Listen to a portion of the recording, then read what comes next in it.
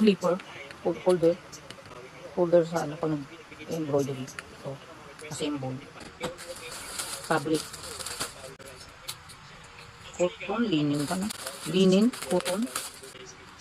Pang ano siya, pang embroidery. Ang dami oh.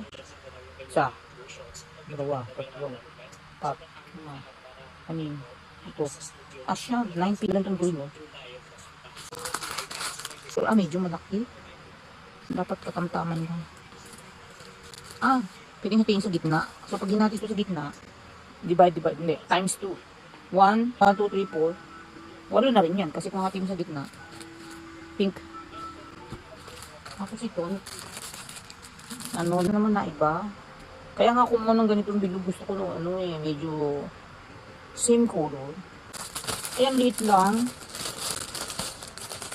Pang wall decor ng mga, ano siya, papatong mo yung computer dito para medyo tumaas. Tapos papatong yung computer para medyo elevated ng konti. Yun na kailangan ilusot yung yung karayom. Basta yung ano to lalagyanan? Ito. Isisilid mo siya. Wala ko yung order na ganito. Naku, hindi ba to allergenic?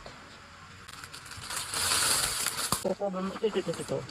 Ika-cover mo ito sa ibabaw ng computer, ano mo. Parang yun. Ayun, natin mo. Ilagay ko na siya ito.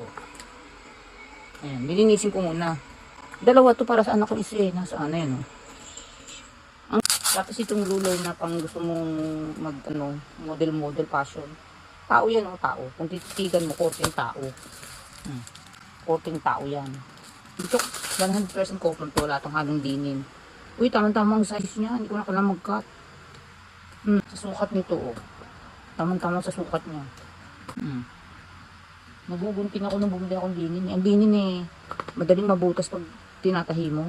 Ilan to? Siyam sa dalawa, tatlo, 4, 5, 6, 7, 8, 9, 10. Hindi na ako magkakat. Ang ganda Sa maninipis na karayom. Yan yung gusto ko. Tapos, niliit lang niya Cotton siya pero parang balahibo. May amoy.